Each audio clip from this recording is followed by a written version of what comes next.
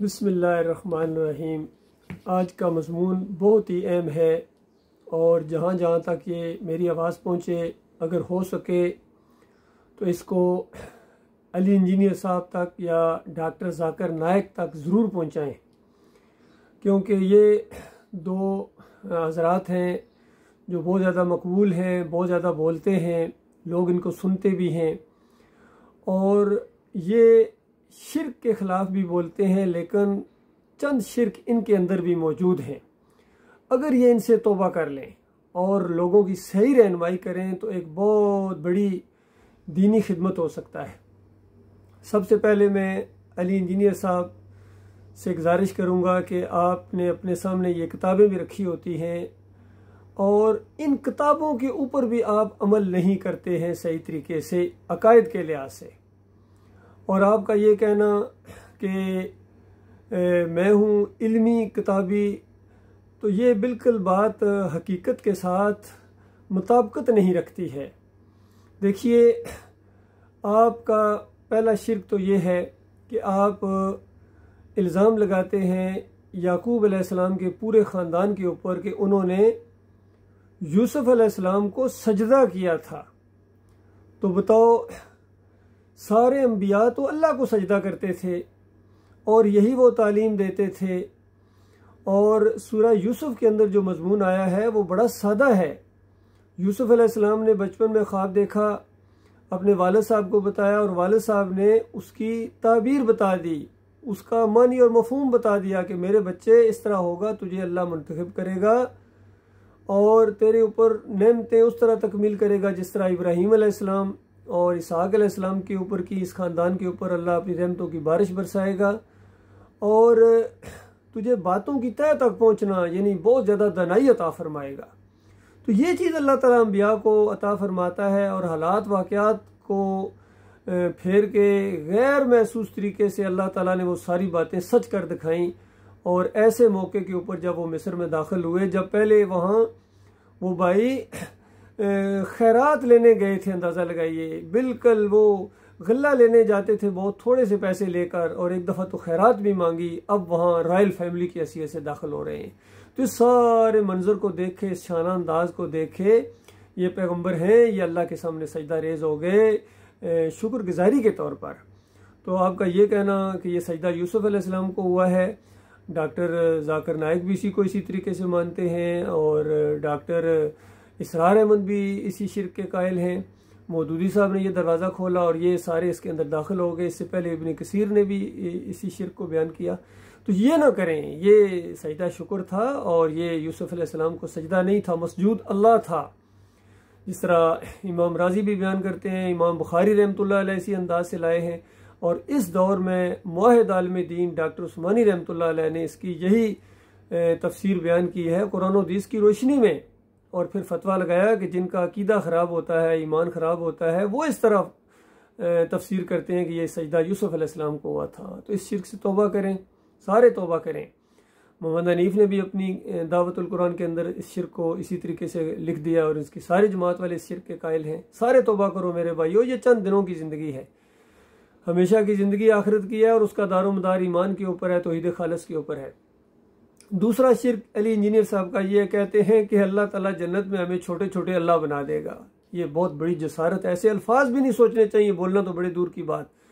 Mini guard का लफ्ज़ उन्होंने इस्तेमाल किया और दलील देते हैं कि देखो अल्लाह जो चाहता है हो जाता है, जन्नत में हम भी जो चाहेंगे हो जाएगा। अल्लाह हमेशा रहेगा, जन्नत में हम भी हमेशा रहेंगे। अंदाज़ा लगाइए, इस तरह इंसान की मत मारी जाती है जब दिमाग के अंदर ईमान खालिस ना हो। भाई वहाँ जो कुछ आप मांगेंगे अल्लाह वो देगा आपको और हमेशा अल्लाह रखेगा आपको, लेकिन आप अल्लाह तो नहीं बन रहे हैं। छोटे छोटे अल्लाह बनने का शौक ये भी दिमाग से निकालें और बंदे ही रहेंगे, बंदे ही बन के रहें। अल्लाह ताला ने आपको बंदगी के लिए पैदा किया है। फिर नबी अलैहिस्सलाम की कब्र की तरफ इशारा करके ये कहते हैं कि यहाँ बरज़खी ज़िंदगी है, यहाँ ये सब कुछ है, यहाँ नहीं है, जन्नत अल फरदौस में है, आला मकाम है, अल वसीला उसका नाम है, वहाँ नबी अलैहिस्सलाम जिंदा है और कब्र में ज़िंदगी ये शिर्क की जड़ है। सारे वहाँ इस मरने के बाद तो वहाँ ऊपर जाके सारे ही जिंदा ही होते हैं, मोमिन हूँ या काफिर मुशरिक भी ऊपर वहाँ जा वो अजाब में होते हैं, मोमिन राहत में होते हैं, शोहदा जन्नतों के ऊपर आना जाना शुरू कर देते हैं, अंबिया को भी इसी पर क्यास किया गया है, जन्नतुल फरदौस में है, जन्नतों में है। जब शोधा जन्नतों में है तो अंबिया का दर्जा तो और ऊंचा है। तो इस तरीके से ये अकीदा रखना, आज पूरी उम्मत का ये अकीदा अंदाज़ा लगाइए। बरेलवी हूँ, देवबंदी हूँ, अहले हदीस हूँ, सल्फ़ी हूँ, हम्बली हूँ, यहाँ के सऊदी हूँ, सबका यही अकीदा है कि नबी अलैहिस्सलाम मदीने वाली कब्र में ज़िंदा हैं। कोई दूर से पढ़े तो अमाल पेश किए जाते हैं फरिश्तों के ज़रिए। हालांकि हम अल्लाहुम्मा सल्ली अला मोहम्मद कहते हैं, हम अल्लाह को पुकारते हैं, अल्लाह से दुआ मांगते हैं कि नबी अलैहिस्सलाम के ऊपर रहमतें और बरकतें नाज़िल फरमा मालिक, जिस तरह तूने इब्राहीम अलैहिस्सलाम के ऊपर और उनके आल के ऊपर। तो अल्लाह ताला इस दुआ को सुनता है, फरिश्ते अल्लाह के पास लेके जाते हैं, उनके दर्जात भी बुलंद होते हैं, हमारे ऊपर भी अल्लाह रहम करता है, 10 रहमतें भेजता है एक दफ़ा सलात पढ़ने के ऊपर। तो ये अकीदा कि हमारे अमाल नबी अलैहिस्सलाम के यहाँ पेश होते हैं, ये शिर्क की अकीदा है, जिसको तो सिफ़र रहमान भी बयान करते हैं, कहते हैं ये तो उनका ईमान है। भाई ईमान नहीं, शिर्क है ये। तो ये मामला है अल्लाह के बंदो। फिर सबसे बड़ी बात जो अली इंजीनियर साहब की है वो ये है कि कई दफ़ा इनका शिर्क भी साबित करते हैं, शिर्क को नाकाबिले माफ़ी जुर्म भी कहते हैं।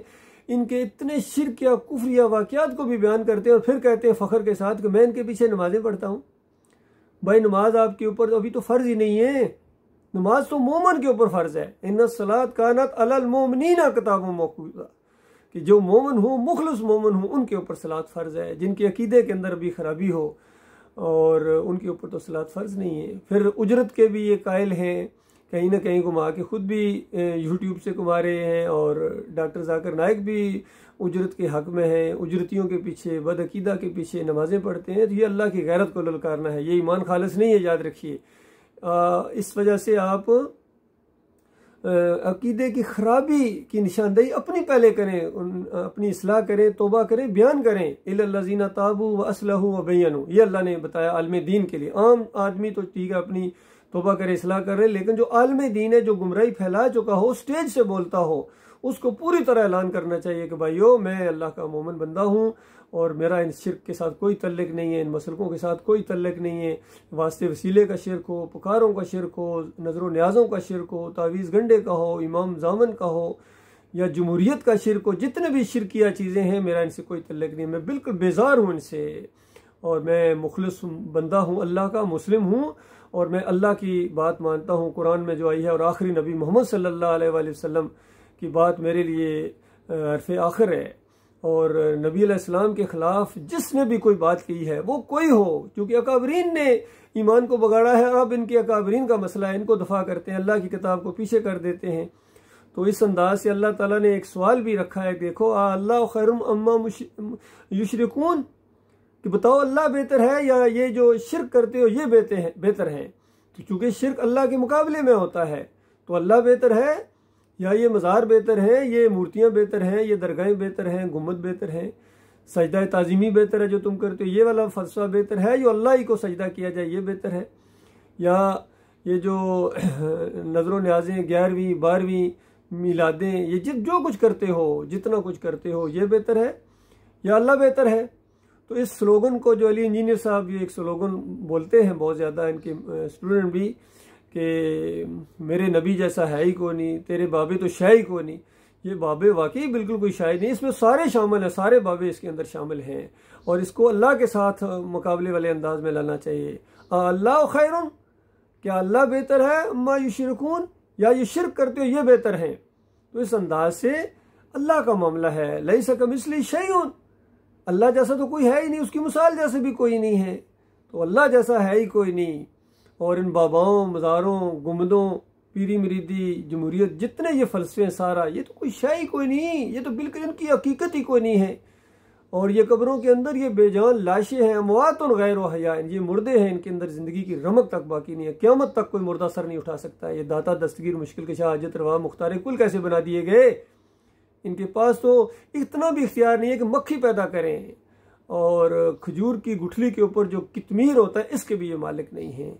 ये मामला है अल्लाह के बंदों, गौर फिक्र करो, बात मानोगे अपना भला करोगे, नहीं मानोगे तो याद रखना जहन्नम मुंह खोले इंतजार कर रही है शिर्क करने वालों का, कोई नहीं बचा सकता है। जब तक शिर्क से तौबा करके माफ़ी मांग के सारे फ़िरकों से बेजारी का ऐलान करके तौहीद का साथ नहीं देते हो, तुम्हारी कोई असल नहीं है, अल्लाह के नज़दीक तुम्हारी कोई वैल्यू नहीं है।